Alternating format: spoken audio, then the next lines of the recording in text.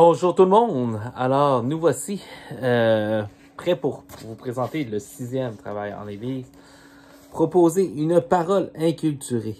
Donc, ici, on est au Québec, donc une parole inculturée pour notre cher coin de pays.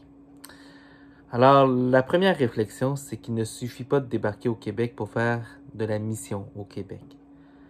C'est plus complexe que ça. J'avais un professeur de morale à l'IFTM, à l'Institut de formation théologique de Montréal, que j'appréciais beaucoup, M. Grange, qui disait toujours, pour enseigner le latin à John, il est utile de connaître le latin, mais il est capital de connaître John. Et c'est là peut-être notre défi comme Église, c'est d'être capable de connaître les gens. Il y a des prêtres qui, bien qu'ils soient célibataires, ont un entre-gens fabuleux qui leur permet ce contact-là. Parfois, c'est pas toujours aussi simple. Alors, quand on a quelqu'un qui débarque d'un autre pays, ça peut devenir fort complexe.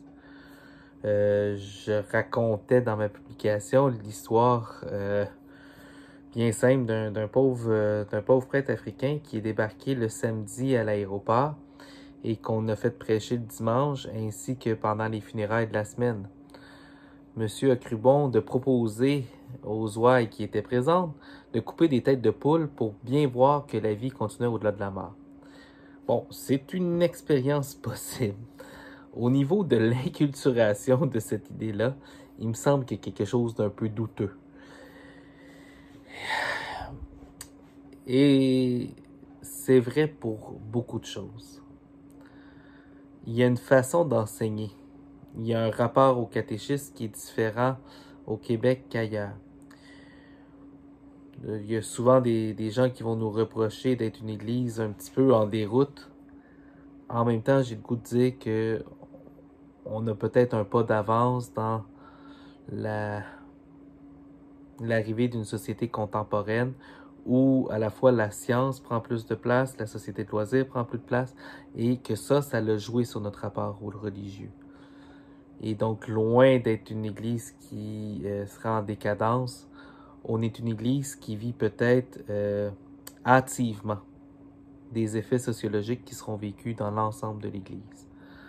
Alors, ici, c'est une hypothèse, vous n'êtes pas obligé d'être d'accord. Mais pour en revenir à la question de la parole inculturée, c'est important d'avoir une parole qui est capable de faire sens aux gens d'ici. J'ai utilisé un mot dans l'une des dernières capsules qui s'appelait le mot c'est pontif, être capable de faire des ponts. Eh bien, faire des ponts, c'est être capable d'à la fois bien connaître l'Église, l'Évangile, mais aussi bien connaître la société pour essayer de proposer des pistes là où on se retrouve.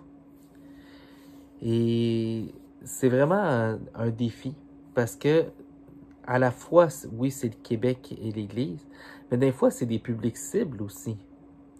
Nos paroissiens du dimanche, qui sont souvent plus âgés, ben, il y a peut-être moins de ponts. Le pont, il est peut-être moins loin avec l'Église. Quand on est avec des familles, c'est peut-être un autre défi. Alors, on a beaucoup de défis au niveau d'avoir une parole qui est inculturée, donc qui est faite, oui, pour le Québec, mais aussi, oui, pour nos publics particuliers.